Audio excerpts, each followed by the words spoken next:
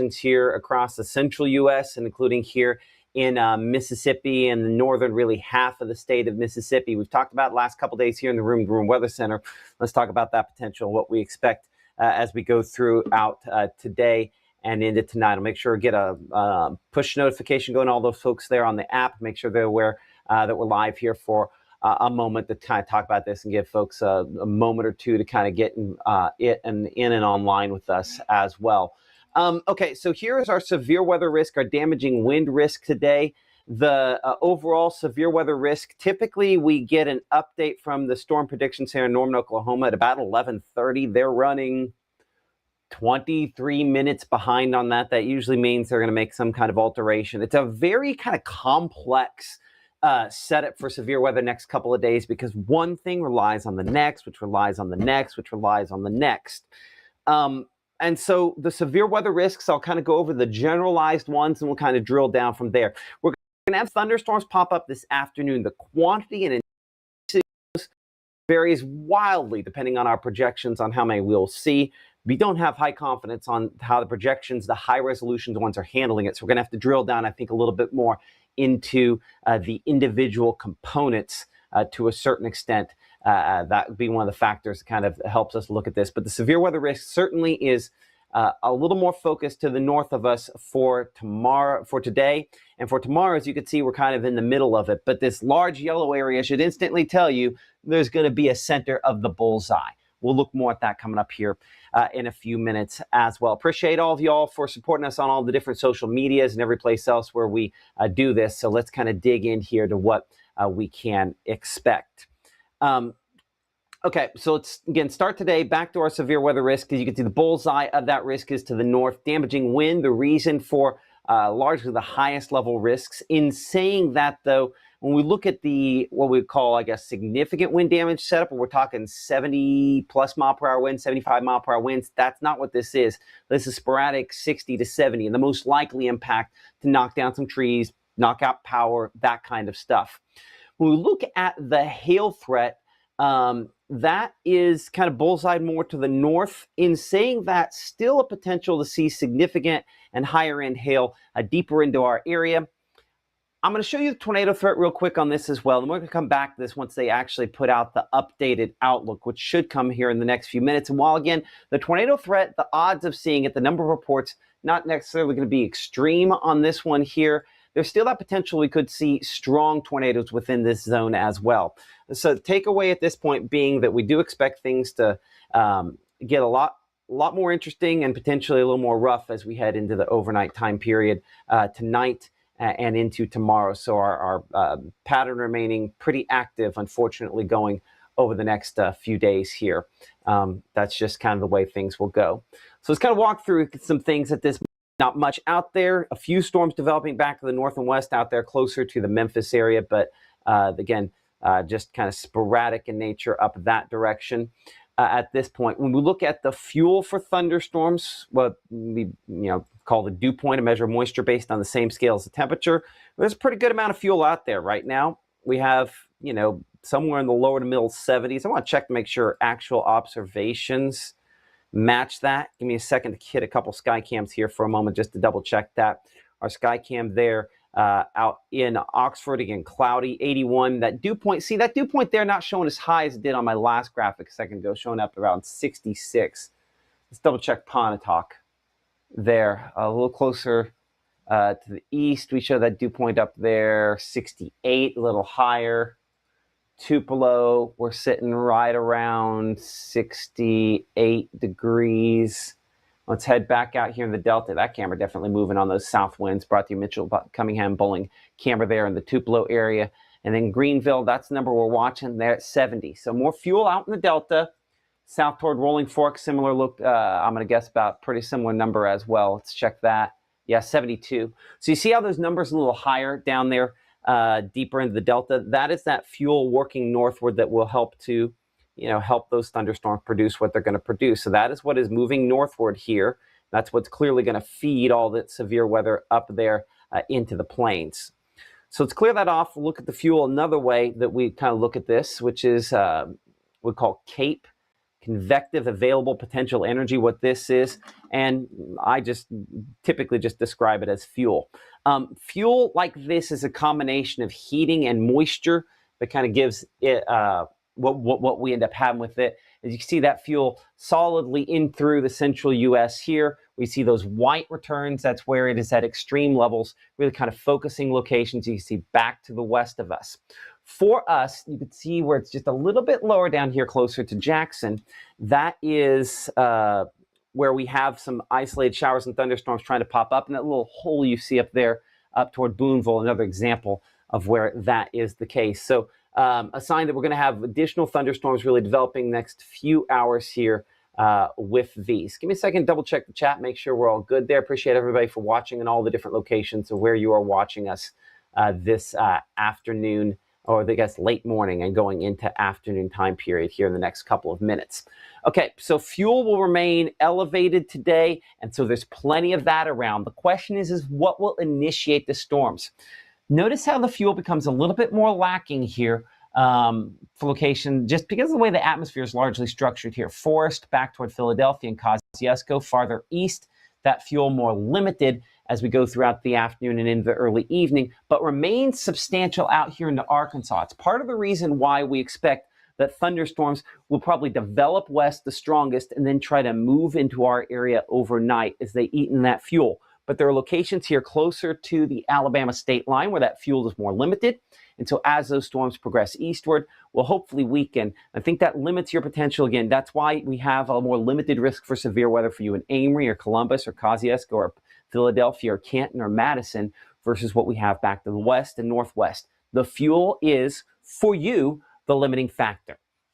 Now, right off the top, I mentioned this, that we're not completely throwing out our different model projections on this, but we are going to say that these have not done great the last 24 to 48 hours. So that's why we're going to rely on ingredients like fuel, current assessments of what the atmosphere looks like. So before we get attached to specific locations, specific times, know this: the fuel is substantial and the storms will be greatest and strongest out into Arkansas and then move in. But there are some questions, as you can see, plenty of moisture coming right there out of the Gulf, as to how many storms develop here in North Mississippi this afternoon. You saw a couple of those going up there in New Albany. Next couple of hours there, trying to lift into Tennessee. Those would be more hail-producing thunderstorms. They're going to have some rotation with them. But if they happen, they'll be more hail-producing thunderstorms. Still, most of us here in North Mississippi, the ones that can watch us here on Mississippi Live, whether on Roku, TV, or South, not much going on over the next few hours here. 3 to 4 o'clock, at least on this projection, you can see more thunderstorms. These, yes, some rotation possible, hail and wind more likely. These up here toward Arkansas, and really when you start looking up toward Missouri and northern Tennessee up here, these are going to be more likely to be some tornado producers out in this direction here. In saying that, you see how, and I'm gonna go back through here. We're going to move more slowly through this graphic here in a minute. But these look a lot more like hail. Rotation, yes, but more like rotation that would try to produce hail than necessarily tornadoes. So I think there's still a potential for tornadoes, but this is where we start looking for that potential for maybe a strong tornado threat late this evening. If there's still some more rotation on these storms, and potential that those produce maybe a strong tornado. Unfortunately, that threat does exist beyond midnight and exists into the late overnight time period. We're going to look specifically in more detail here in a minute, but as you will note, again, plenty of showers around early tomorrow as well. So here's a look again at Futurecast, our longer range HRRR Futurecast here, looking toward tomorrow. And you'll notice we have another batch of thunderstorms that starts developing by midday. Now, if I went back and showed you the last one a second ago, it's some questions how quickly what we have tonight clears out and whether or not this redevelops at the time it does. We're going to have more storms tomorrow. They're going to potentially be strong to severe storms tomorrow. The question is everything we have out there tonight is going to mess up the atmosphere in a good way. It's going to mix up the moisture. And so then where's the perfect spot where, there's enough now, and that's where it initiates? our projection here, our HRRR model says, okay, right here, Columbus, Jasper, Alabama, that's where it's going to start going there. But I'm much more concerned with what's coming in the west in the afternoon and trying to build in. These will, again, large hail, damaging winds, tornadoes, maybe even a strong tornado possible with this batch of thunderstorms as we go into the afternoon on your Tuesday. Now, notice this is a very hefty batch of storms here, the one we show from Cleveland to Clarksdale. I'm going to say there's probably a bit more of a wind if you're trying to peek on which of the threats is greatest. That one's showing rotation there, Winona and Grenada. This one will have some rotation in the line, but this is a pretty intense band of storms. And again, we don't have minute-by-minute updates on this model. We only get 1 hour updates on it as we look toward this time frame out. But that's a pretty strong wind return there, and that moved a fairly significant distance over that 1 hour time period, close to 50 miles per hour. That combination says, hey, we're probably going to end up getting wind gusts, 65, 70 miles per hour possibly out of this on the peak end, if that can hold together like that, and then maybe try to spin up an isolated tornado on the front end. Because again, look at how far that moved the next hour there. This will help me verify and make sure I got my distance right. Yeah, that moved about 64 miles over that hour. So you have a big head of steam really pushing that ahead. That's when you get the fairly widespread damaging wind gusts out of one of these. So that is the concern that you get out of this here. Okay, so then additional thunderstorms. Notice we're now Tuesday night here, 8, 9 o'clock. And as I mentioned a moment ago, the projections are absolutely wrong. But why am I showing them? Because it shows that we get these multiple rounds. The atmosphere is able to recover and spit more out, recover and spit more out. But if these are just a couple of hours, if the first round is just a couple of hours later, then these are going to be a little bit later, slightly weaker. Any wave that happens before then impacts the one after that. And that's the scenario where our models typically do an absolutely garbage job on exact locations. But the ingredients tell us that these storms are going to rotate. The ingredients tell us that we're going to have some of these produce very large hail, perhaps isolated tornadoes, maybe even a strong tornado from time to time, and that they're going to come in multiple rounds. Like this one, that just looks like a bunch of big hail there. And look, we're 10:30 on Tuesday night. Some rotation, again, a non-zero tornado threat, potentially a tornado threat with that as well. And thunderstorms continue 11 to midnight to 1 o'clock. This could have more of a flooding rainfall potential there. And yes, still some rotation on those thunderstorms, 1, 2, 3 o'clock in the morning, largely weakening by 3 to 4 a.m. early Wednesday morning there. And then storms moving out of here into your Wednesday. In saying that, we still have a severe weather risk that does linger into Wednesday as well for some locations. So that was our HRRR model. And we're going to look at a different one here as we're kind of assessing multiple ones. This is our strike model, which I don't think is doing as good a job on this, which is interesting because it tends to be one of our more aggressive projections. In saying that, it just does not develop a lot of storms this afternoon. I think it's really underdoing that. But I have to be fair, and I feel like we need to show this to say that this would be a better case scenario. But notice what that does. That then allows thunderstorms to the north. They plow in. Now we have this sort of boundary here that's set up. And watch what happens tomorrow near that boundary. We continue kind of regenerating some thunderstorms midday. That's pretty close positioning to where our HRRR had thunderstorms on there for tomorrow. But then tomorrow afternoon, because we haven't used up as much fuel, we have multiple batches of thunderstorms here that will help to produce active and severe weather and potentially even rotation to tornadoes. That one looks like it has some rotation down toward Kosciuszko, as do some of toward Tennessee. I think more wind probably than anything else. I think that's still the main factor. But notice the takeaway we get. Like I said, the positioning, the exact locations, the timing, those are all still flexible. But see how you have multiple rounds that kind of develop into tomorrow afternoon and evening? That's the bigger takeaway. It's not just one and done. It's a number of hours we're going to have to be on guard for whatever it is that ends up happening here. And a lot of these, again, have that bow sort of shape, indicating the strong winds that will come with them from time to time as they move through. And notice we continue to have some of those thunderstorms into early Wednesday morning. Some of these still could be strong there early Wednesday. Before we go to storm rotation, I got to take this back. I want to go a little farther out than what I have it. So you're going to have to bear with me for a second because I think it's worthwhile for us to extend that. I only went out as far as I did. I'd probably need to go one more day out with that to get all the way to the end. Just give me just a second. So I want to see how strike is kind of redeveloping. It redevelops a few thunderstorms for Wednesday afternoon, few showers out there, but it says that front gets through. And then after that, the storm chances are primarily just a little bit south for our Max South viewers down there in Philadelphia and Forest and Bay Springs and Quitman. You know, that will still be some thunderstorms for you. Maybe even a few that are strong to severe there for Wednesday as well. But the primary threat south of us. And then after that, we've shoved all the moisture south, high pressure coming in. We are at one point last week, it looked like we would have kind of a Monday, things would linger, and then maybe something later in the week. At this point, this high pressure is probably going to clear out a good chunk of the moisture and hopefully get us a day or two where we have less out there to work with. By the way, for those of you that were with us at the very beginning, one of the things I've been kind of waiting on, I've been waiting on the Storm Prediction Center in Norman, Oklahoma to put out their latest update on their severe risk area, just to kind of give credit where credit is due as far as that's concerned. And I have not seen it come out. So give me just a moment here to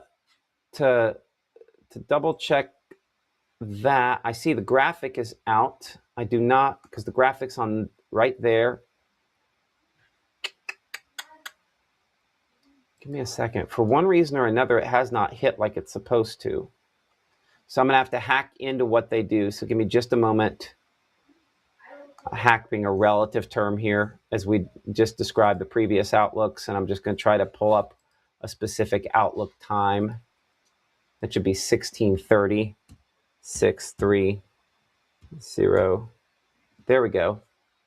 Because I just want to double check on the tornado and wind. Again, keeping, yeah, okay. So give me a second. I'm going to pull this up kind of the less pretty way to do this here. So this is this is an arm of NOAA, the Storm Prediction Center, and their categorical outlook. So this is that same graphic that we always show here. The update's here, but it hasn't like officially hit our. Well, let me make sure it hasn't officially hit our system yet. Just want to make sure we're operating off of the latest everything. Yeah, see, that still looks too round. So, okay, so this is the updated one. Okay, so that has the level 3 risk, same spot, level 2 risk, same spot, level 1 risk, same spot for us. Tornado risks, let's double check, make sure the tornado risks are all in the same spot there as before. They've expanded down the tornado risk a little bit farther south on that, and especially the more significant tornado risk. This is what I mean by that. So this graphic here, and this is an adjustment. So let's bring it here for a second. So this, what we call significant, we're starting to talk EF3 or greater tornadoes. That's what this red area is there. See how that's up there in the Missouri boot heel? Now come back over to here. This is an adjustment. I'm hoping they send whatever piece of information they send out where it hits all the systems. But that now extends down to the Memphis area. And the strong tornado threat is pretty similar on locations, what they had before, maybe slightly farther south. So a thought process, again, those individual supercells, their confidence in that producing more significant weather increasing. So again, that's kind of in alignment with partially what we're thinking here.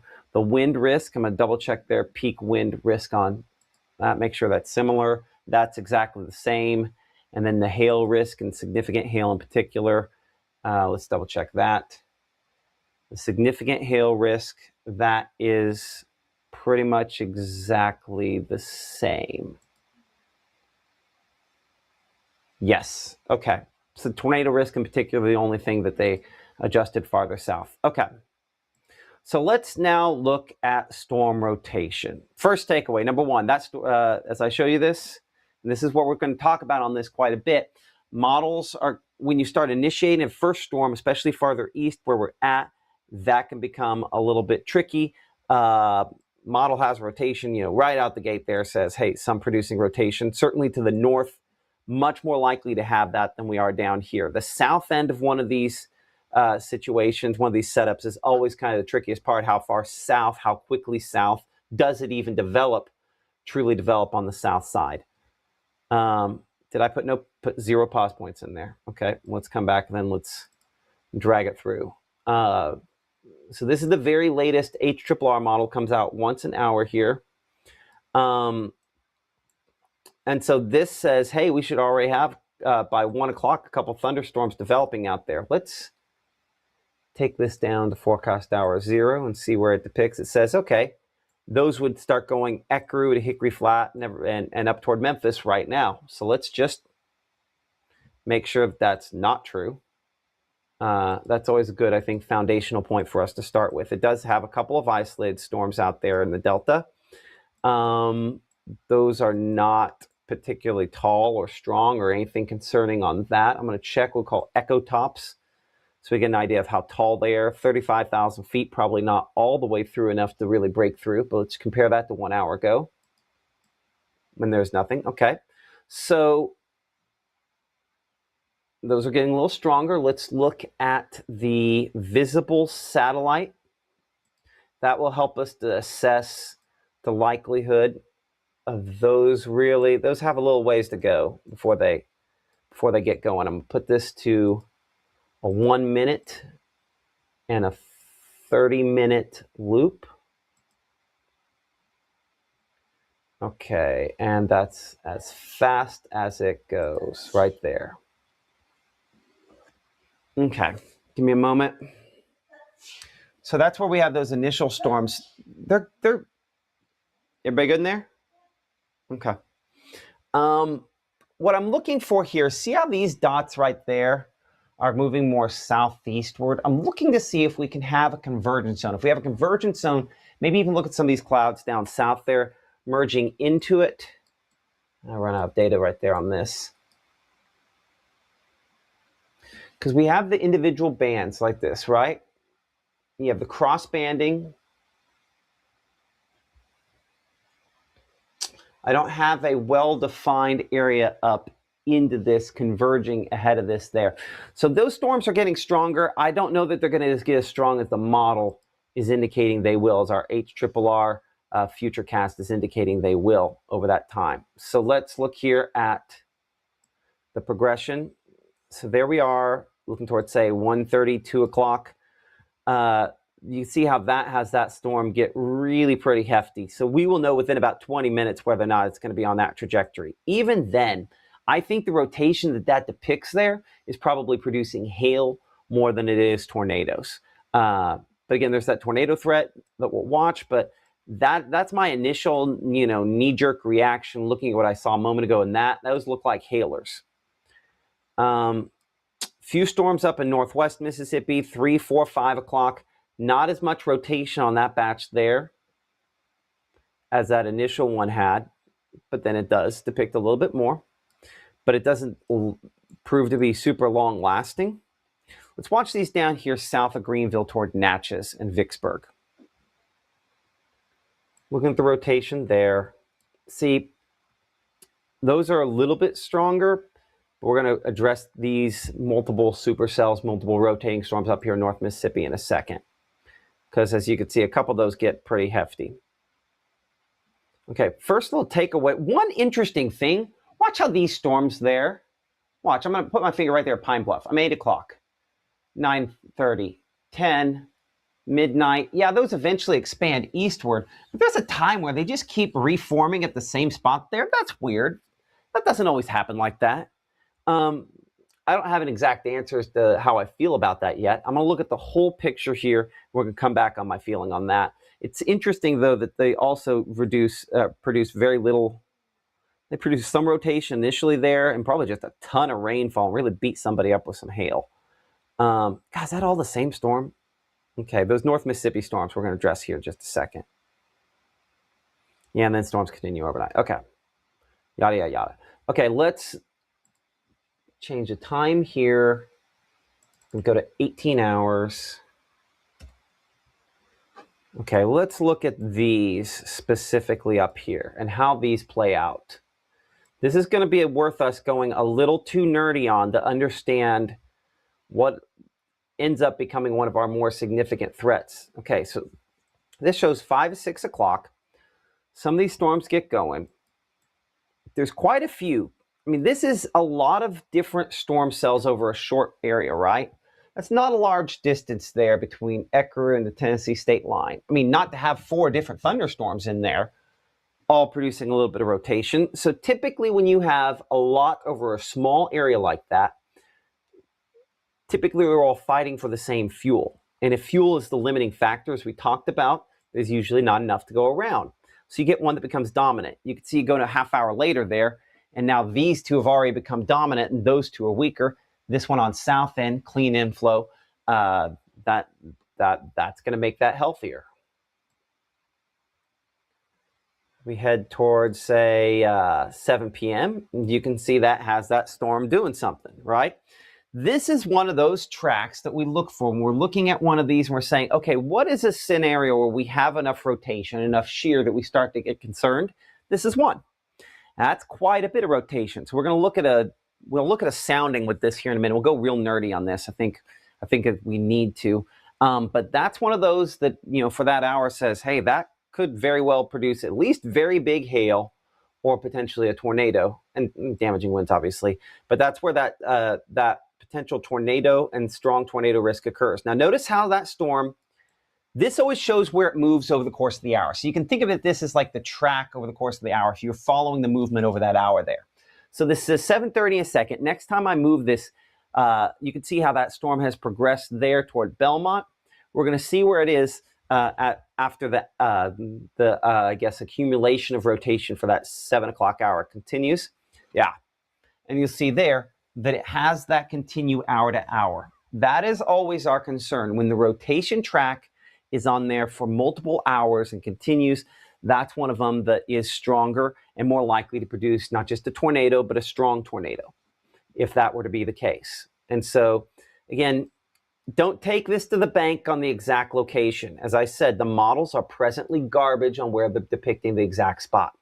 Take it away that this says that, hey, we're going to have some storms, we're going to have some hail, we're going to have some wind, and maybe a tornado, and a possibility that we could have one strong tornado. Could be south, could be north, but that's that possibility there, and that's where that strong tornado risk we were showing you a moment ago comes into play with this. As we look again, that shows through that hour, that one extending eastward. And then most of these bits of red I see here, again, rotation tracks, tornado not impossible, but more likely that that's damaging wind, the rotation that's, the rotating storm that's kicking out more damaging wind, or a rotation that's trying to produce more hail. I did see, I feel like, one other brighter strike here, swipe, there we are, a couple of those. Now notice that hour there between 9 and 10 o'clock, these individual thunderstorms here. Let's look at some of these and the way they evolve. The southern storm, I'm always interested in the southern storm there because it has clean inflow from the Gulf, but this has less fuel. And by the way, the only reason that kind of breaks up there is because I technically have a little thing where it makes that stand off the map. So if I change the 3D, it should line up. So a couple areas here once these cross over into northwest Alabama where some of that rotation continues as well. So there is something there. We'll look at some other projections depending on how long you want to stick with this. Try to answer that question here in a minute. But this next hour there where it kicks out that red toward the southeast, what happens is one of these supercells unwinds and it becomes a big wind producer. That's might be try to produce a tornado, but that looks a lot more like something that's producing strong winds than tornadoes. As it works eastward, runs out of fuel. Additional storms overnight, unfortunately, continue. These are less likely to have strong tornado threat with them, but a brief tornado, damaging winds, hail, those are all still very much on the table with this batch of storms that we see overnight. Looking at something here behind the scenes. Okay. So a couple things we got to look at on this. First off, we're going to revisit this ugly graphic for a second. I'm going to zoom it in a little bit more. Control zoom. There we are. And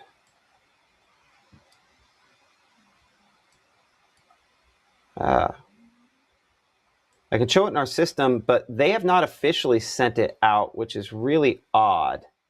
I don't know whether they're having some kind of technical problem at the Weather Service or not. But for one reason or another, Storm Prediction Centers, I'm going to ask real quick here.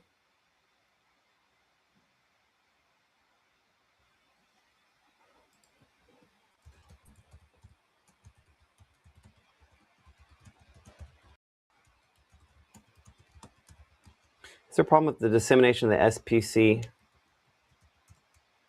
It didn't hit our...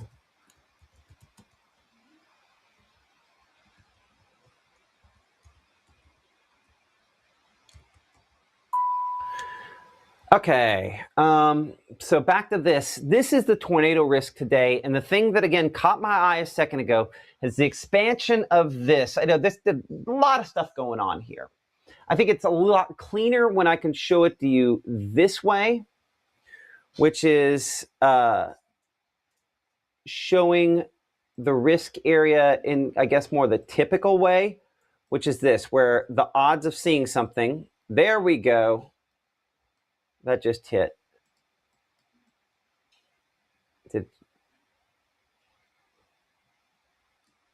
Never mind. Okay. Well, there we are. Now it's come through.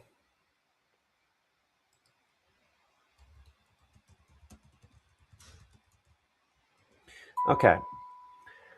So here's the adjustment there. So you can see the odds again. This comes down to how widespread are the reports. We do not expect to have a lot of reports of tornadoes, right?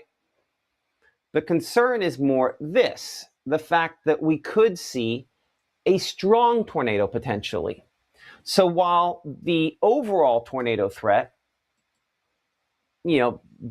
gets down here where it might clip Amory or just south of Grenada, and we kind of look at the overall threat, the strong tornado threat goes almost to the exact same spot. So that tells me, again, the first graphic here, how likely is it for something to happen? Well, not particularly likely for it to happen down here in Amory, and less likely for the Golden Triangle. But if it happens, it's more likely that it could be strong.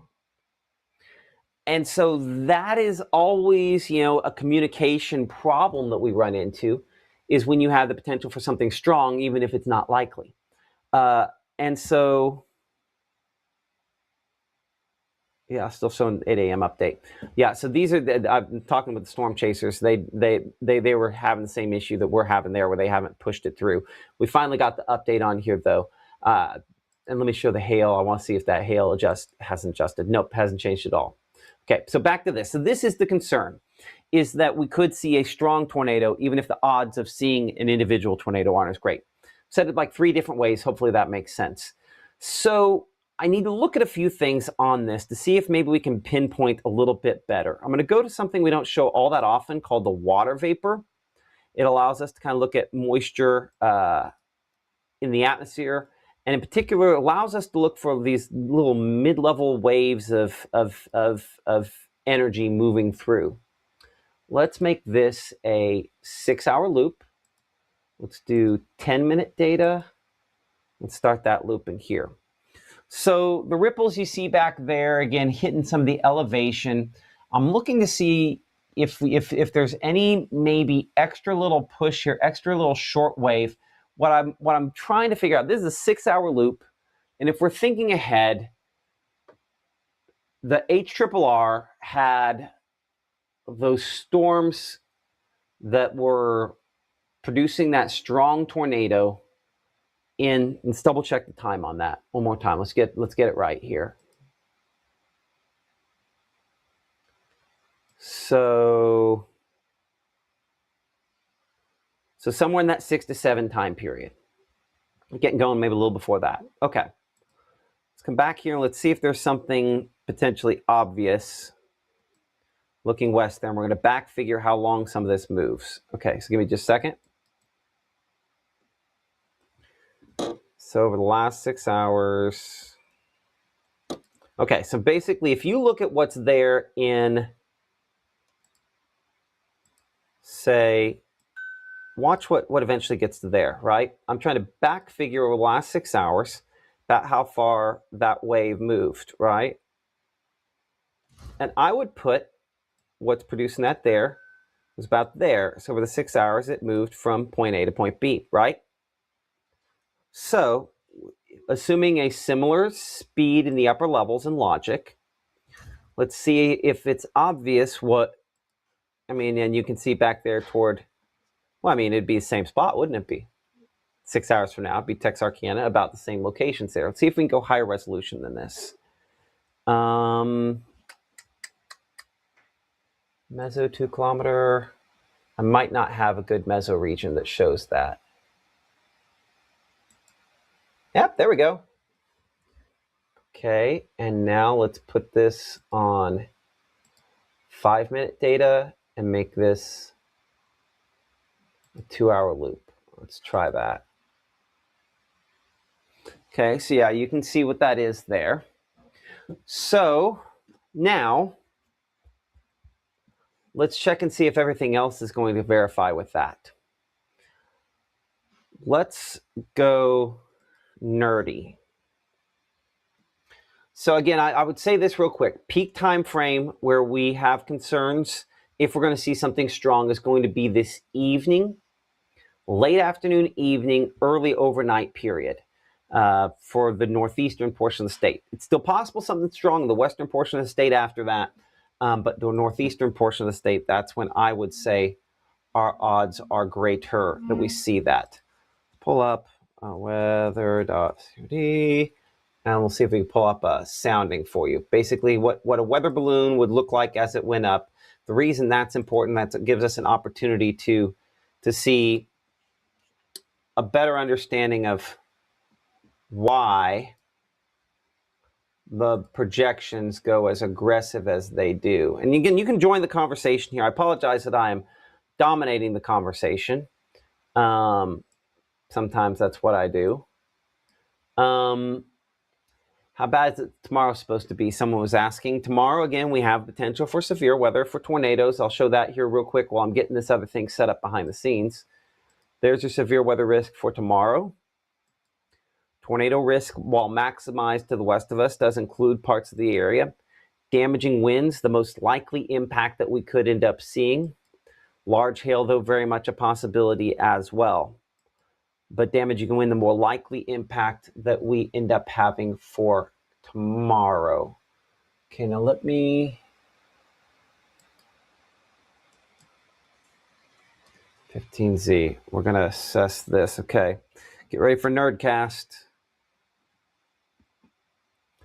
So this is what we call a sounding.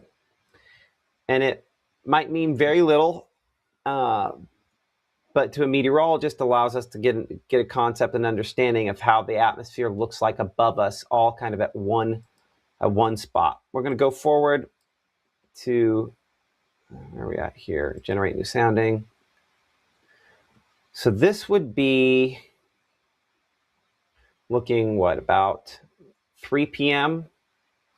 Again, potential hazard tornado there. That's just, machine learning trying to give you an idea. What I'm looking at here, again, pretty good significant levels there on the increasing levels on what we call the significant tornado parameter, one of many different things we look at. Likelihood of supercells, good. I'm looking at lower level moisture. If that says dew point get to 70, yeah, I get that. So that's going to be the thing we have to double check here in a minute is what's the likelihood it actually does, because this is the environment where that storm was producing that strong rotation and the potential to try to produce a strong tornado there. Yeah, significant tornado parameter high. A lot of old scenarios here where we have active and severe weather. So not unreasonable there. Before I go any further, there is something I got to be very, very clear about for a second. While there is a potential we could see both tornadoes and maybe a strong tornado today and tonight, this is the 15th anniversary of April 27th, 2011, which obviously was an extremely deadly tornado outbreak, not just here in Mississippi, but across the southeastern and southern United States. This is not that. So this will not be as bad as that. In saying that, there were communities that weren't hit on April 27th, and if you end up getting hit by something tonight, then this is a worse day for you personally. But this will not be widespread, bad, long-lived tornadoes in Mississippi. Now, there's a pretty decent chance for pretty active weather up to the north of us, but not on that scale. And so all of that to say, our thoughts, our prayers are with those that experienced that day, that lost loved ones that day, and that obviously we're trying not to trigger anything related to that, because I understand this date alone will trigger it.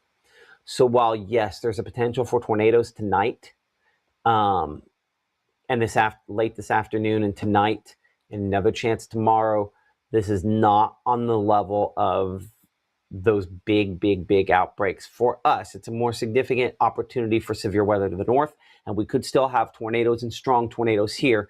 And so we prepare accordingly because of that, just to make sure that we've done everything we can. So I'm going to show you again.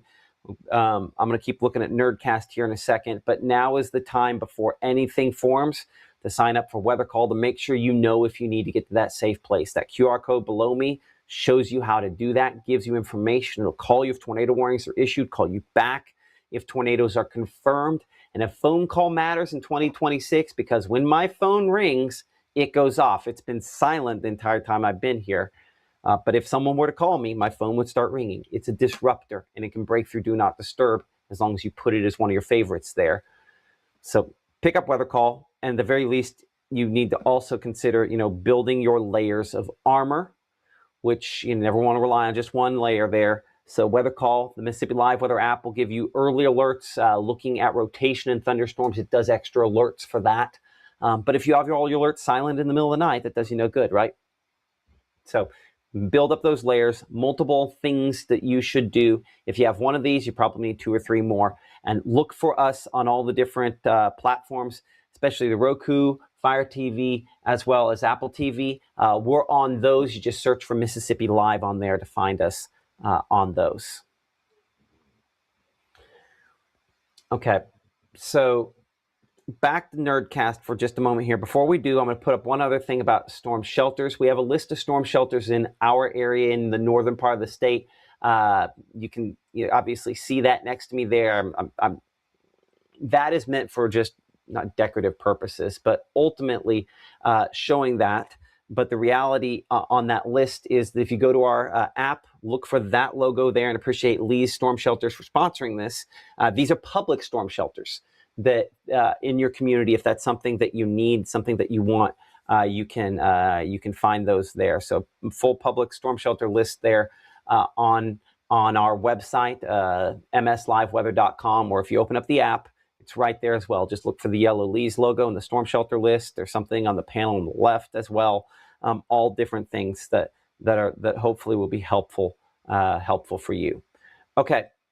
So let's look at those soundings again here. So this looks like not just tornadoes, but perhaps maybe that you could see a stronger tornado out of that. Let's look at the next hour here, as we're just kind of assessing basically the time periods where that rotating storm was coming through. I'm going to see if that knocks the dew point down a whole lot more.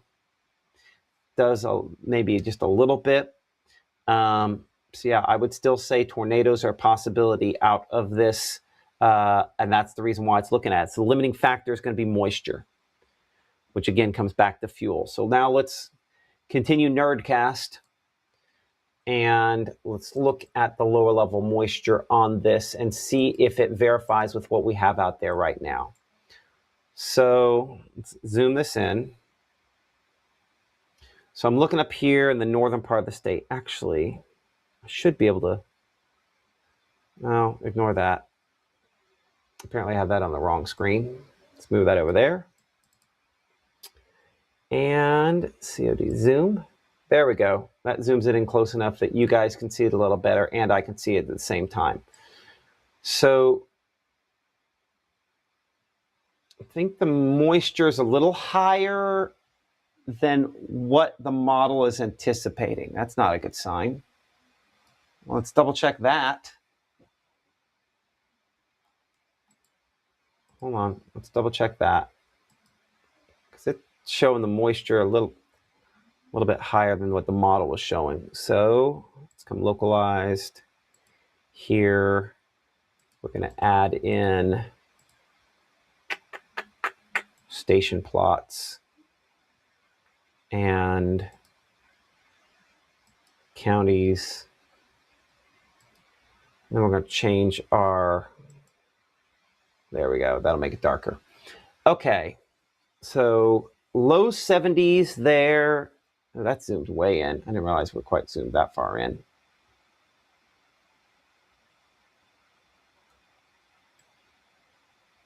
Okay, I'm looking in particular in the delta here, and I'm looking south. See these low 70s dew points there? So those are all verifying. But see how this is 69 there in western Carroll County, 66 in Winona, and then 64 in Louisville, yet still somewhere around 70, a little east of that. It's interesting. We might just be able to throw out that Louisville reporting station. That might just be reading lower than everything else, but it's not, because I show, how am I going to make it where you guys can see this? Hold on, I know what to do. I'm going to flip this back over.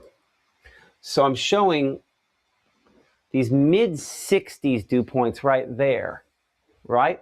There's some kind of drier air that's intruding in, that's moving northward like that. Let's see if we can verify that back on the on a different. Actually, we do it on the satellite here. Visible blue. Yeah, I mean you can see that drier air there, right? I mean that's why you have the gray. You see the map coming through it. The interesting part is these 70-degree dew points, upper 60s, we have up here Lowndes County and Monroe County.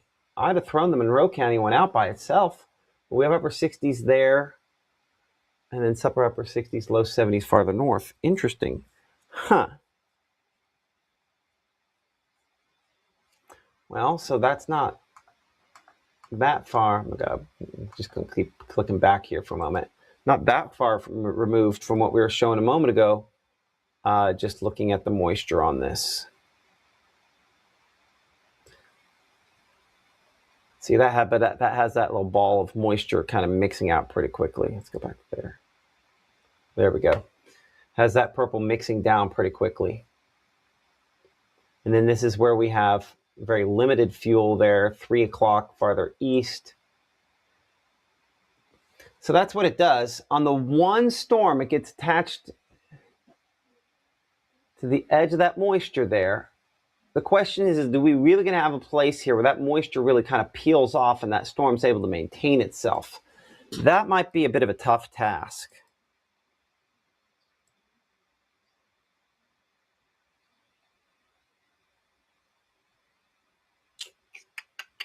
But it just takes it to get going, right? Like you just have to get the storm going.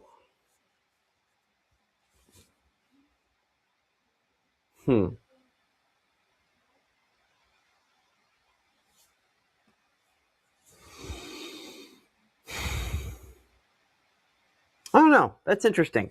I'm gonna have to keep thinking on that one there, because there's not a ton of fuel once it goes eastward. Another way we show that fuel, a lot easy way, is using what we call CAPE, convective available potential energy.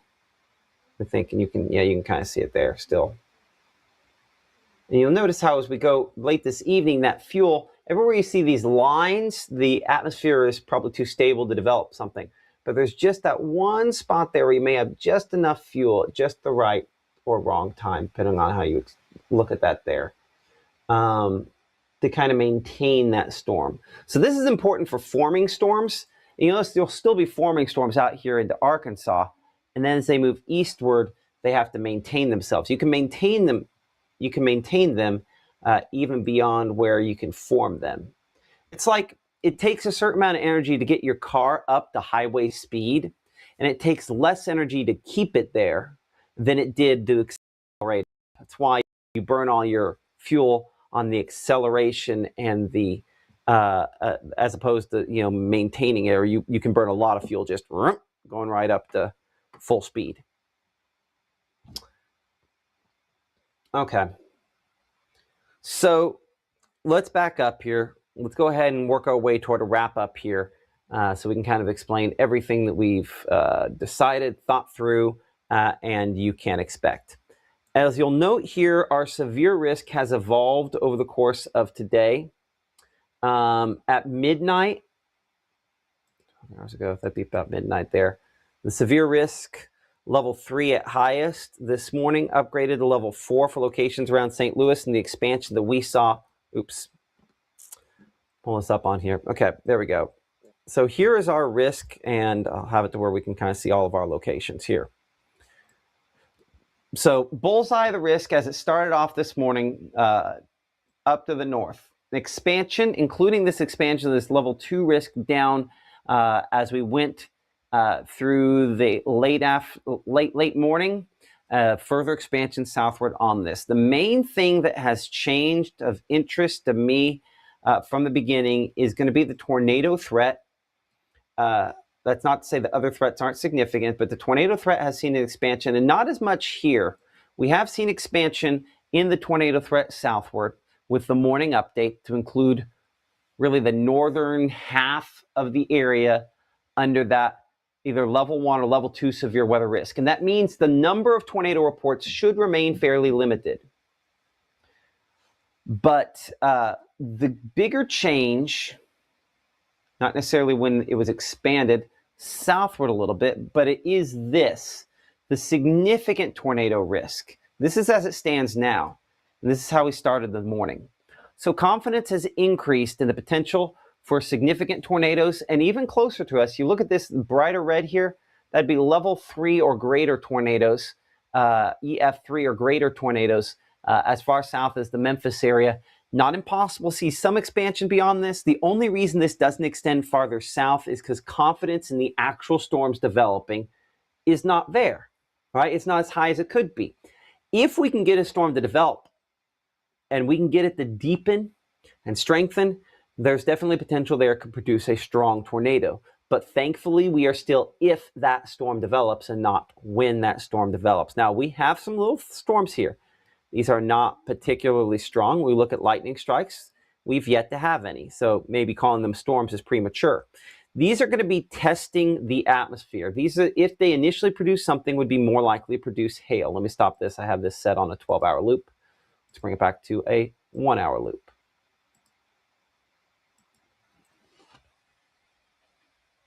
So these, notice how they get a little darker red for just a moment, and now they're back to kind of more of a reddish orange. I'll stop it and I'll show you. We'll come in close. We'll see that for a moment here. So for a brief moment, you had more red in them right there, about 12:30 or so. And now by 12:45, they have less. That means they're testing the atmosphere. They're testing the stability setup of the atmosphere to see if they can break through and produce severe weather. That's an indication they have not yet broken through to do that. We look at the what we call echo tops of it, where you see yellows, that's somewhere around 30,000 feet. Briefly, they were up to 40,000 feet, and now they're going through a bit of a collapse. So that's what the atmosphere does. It'll test it with something and it'll collapse, and it'll test it with something and collapse, and it either breaks through or it doesn't at some point there. Those, to this point, thankfully, have not broken through. And hopefully that'll be a trend that continues for a while longer. But we expect additional storm development. We expect peak time frame to be a little bit later this afternoon. So with that in mind, let me get our severe threats graphic updated.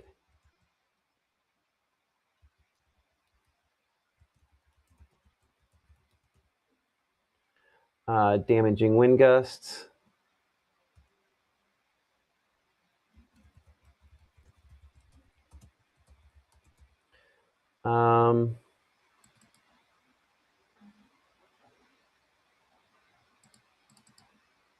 Okay, give me just a moment here. I'm gonna put a nice cleaned up graphic together for you.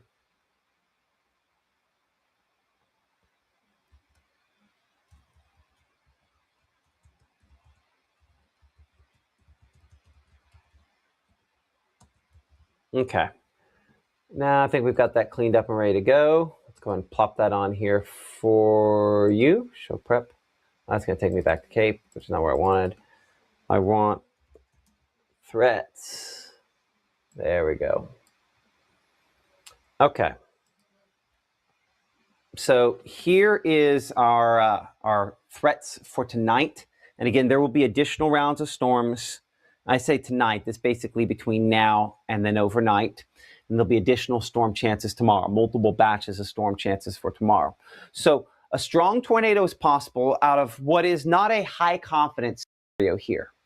I'm not certain we're going to have tornadoes, and thus I'm not certain we're going to have strong tornadoes. I would say that confidence is mixed at best that we're going to see tornadoes, but if one can form, it could become strong. Damaging wind gusts are more likely out of these storms, as are reports of hail and large hail. We're going to have rotating thunderstorms. Can that rotation translate to the surface and produce tornadoes? That is the question, right? We're going to have multiple rounds of heavy rainfall out of this, where some rainfall totals could exceed 3 to 4 inches before this is all said and done. I feel like I threw rainfall in here and I just never showed it. Give me a moment to double check that real quick. Now, I don't know where I put that in there, but I know it's in here someplace. This will get us through the next 18 hours. Let's throw this on.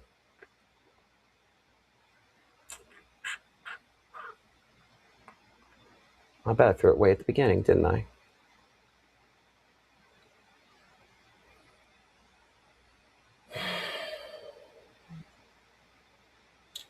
Now, trust me, there's going to be a lot of there we are.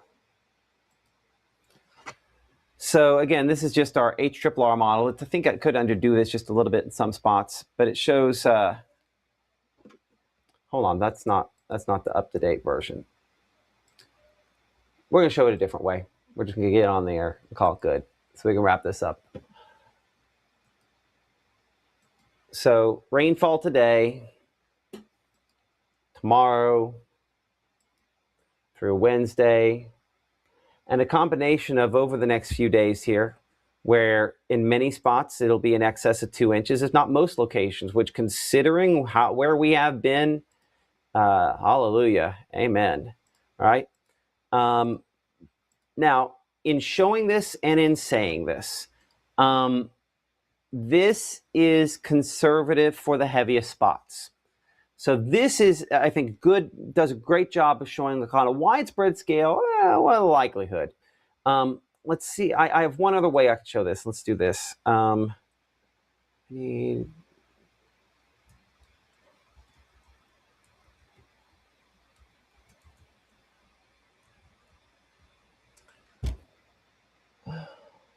There we are, rain accumulation, 48 hours. We're just going to call that. That's going to be good enough.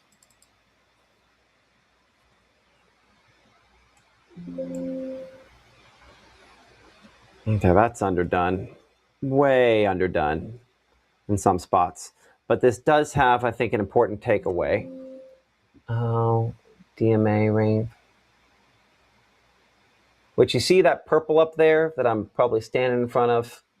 That's the reason I need to find, there we are. This will be the one I'm looking for. So between tonight, tomorrow, into early Wednesday, where you see the purples here, those are rainfall totals in excess of a ton, right? Is it going to be right over Boonville? Probably not. Or, right where it is there west of Cleveland? Probably not. But somebody probably picks up 3 or 4 or 5 or more inches of rainfall over the next couple of days. Maybe we're lucky enough and it's spread way out, because you saw a second ago, Kosciuszko was like, oh, you could see 2 inches. Well, this is not that, right? Exact locations will change. But the takeaway is that somebody's going to see a ton of rain. Somebody's going to see some rotating storms. And it's possible if one of those rotating storms happens that somebody could potentially see a tornado that is not just occurring, but a strong tornado is a possibility for tonight. So that's one of the things to keep in mind. Appreciate you, Wesley, by the way, for supporting us here. Now, yes, Chris going 7 inches in Boonville. Decent chance it's not right over top of Boonville. The takeaway is less about exact spots and overall potential, because this could shift, maybe dramatically shift, because the storms happening right now are then going to mess up the environment for the storms after that. for the storms after that, for the storms after that. It's kind of that whole butterfly effect idea that one little thing over there has a huge impact over time. And just because the fact that we have multiple rounds of storms each of the next 2.5 days or so, by that late tomorrow time period, the timing on any projection I've shown you is more likely than not going to be wildly off. Hopefully not. But we'll see nonetheless. So hopefully that kind of explains everything. Going back to like one of the final, I guess, graphics here for this. Everybody's included in our severe weather risk today. In particular, we're thinking, honestly, the storms are going to be very limited initially, but if they strengthen enough, a tornado or two is possible, and it remains possible that tornado could be a strong tornado. Damaging wind gusts are a possibility as well. Spotty large hail as well.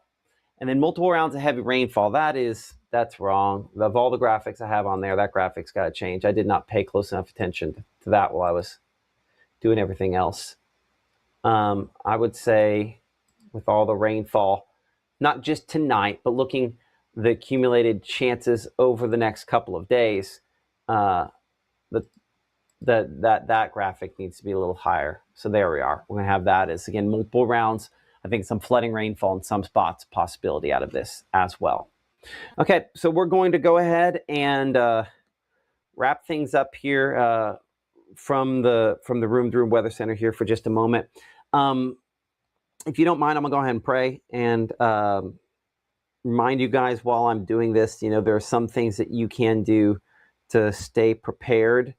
Making sure that you have all your, cell phones charged, shoes on, stuff like that, teeth in, all that kind of stuff.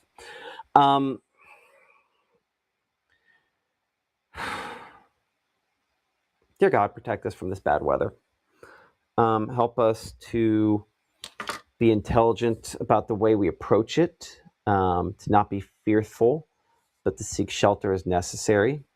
Help us to honestly evaluate where we're at when the time comes and determine if we need to get out and get to someplace stronger.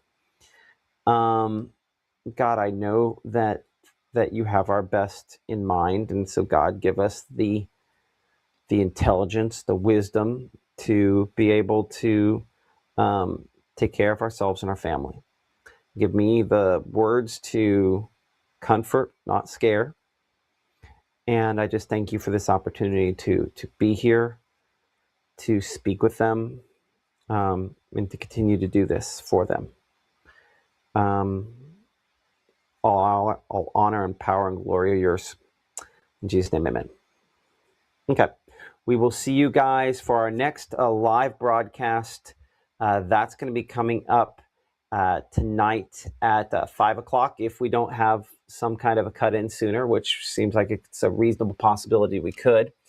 We'll be here kind of bring you updates as necessary, and we'll be here at 6 and 10, 6, 9, and 10.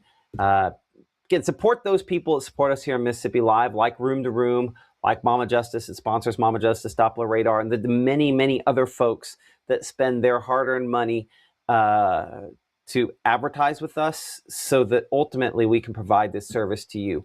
Let them know that, hey, we saw you on Mississippi Live Weather, and maybe it'll be something they continue to put money toward in the future. Support them if you can, buy from them or recommend them to others, because that certainly makes a big difference on being able to do this. So that's what timing of our next live broadcast there. I'll just double check the chat here for a moment because I haven't had that up. Appreciate y'all. See if I pop that back on. There we go. We love you guys as well. Be safe. And again, this afternoon to evening, to speak to the timing here just a little bit more because we went through a lot of other things. Peak time frame is going to be probably between late afternoon and well after midnight, with the threat gradually greatest back to the west overnight because fuel should become more diminished to the east. And then multiple chances for active and severe weather possible tomorrow, with potential for storms again overnight leading into early tomorrow morning. And then a regeneration of thunderstorms tomorrow midday into the afternoon and evening and night. So really the next 48 hours, you're going to get a lot of bings from me on this. Someone asking, will there be a tornado watch issued? Interesting question, actually, because I think it's reasonable that we might not see, it might take a while before they issue a tornado watch for parts of our area. The reason for that is because quantity. I don't know that we're going to be talking about a large quantity of storms. As we talked about earlier, these storms trying to pop up are testing the atmosphere. They've all lost. So far, the stability of the atmosphere has kept them from really breaking through and causing anything terribly significant. So in that regard, we're okay at the moment. Things are working the right direction. In saying that, so all of that to say that there already are tornado watches to the north. There will definitely be tornado watches up here that extend probably in clipping northwest Mississippi. I just don't know how far south they're going to put it out because the odds of us seeing tornadoes are lower. If we see a tornado, it could be strong, but the odds of seeing the tornado are lower. Isn't that ridiculous how that works? But that is the way it works in this case here. So will we see tornado watches? I do think some of us will. And if these really start breaking through and starting to try to produce something, then yeah, they're going to be placed out for a lot of us today. So I think it's reasonable. We will be under watches, severe thunderstorm and tornado watches on multiple instances over the next couple of days. And so I think this is one of those times where I do have to reference, the difference between those because I think that has some validity at this moment here.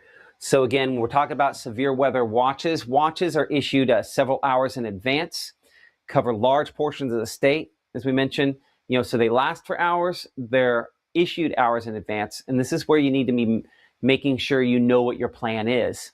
When a warning is issued, typically they don't last terribly long. They might be 20 minutes. They might be an hour at most if it's a long ways away, still moving toward you.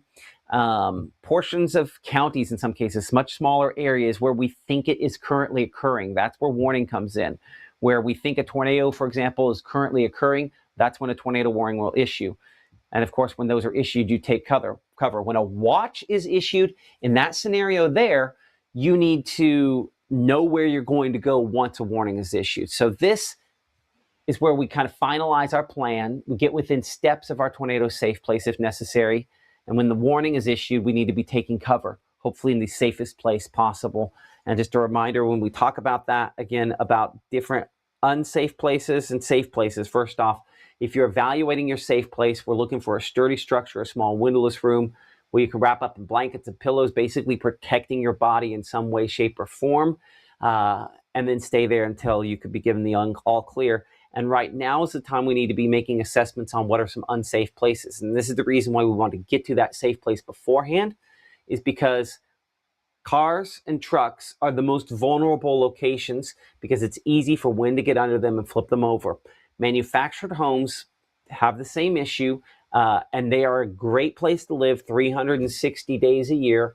Today is one of those days. Tonight is one of those nights, especially if you are in this kind of primary zone that we were showing a moment ago, where you definitely need to be looking at a better and safer location. So let me stop clicking around here and get to the right thing for a second. On the severe weather risk today and on the tornado in particular, the fact that if you are in this kind of red zone here, I would be having a phone call with a family member, a friend, about possibly kind of hanging out at their place tonight, this evening, and maybe deep into the overnight hours for some spots. I would say farther east, I would say if you're in this red zone, this is where, again, an EF2 or stronger tornado is possible. It's not likely. Let's be clear. It's not likely that we're going to see that, but it is a possibility. If the storm can happen, then it can really go, right? Think of it like a Hail Mary pass. It's not likely that your team is going to catch that final throw at the end of the ball game. But if it does, it has a big impact. And that's where the tornado threat is today. It's like one of those long, long passes that probably going to get batted down. There's a whole lot of reasons it's not going to happen. But if it does, whoo, that changed things, didn't it?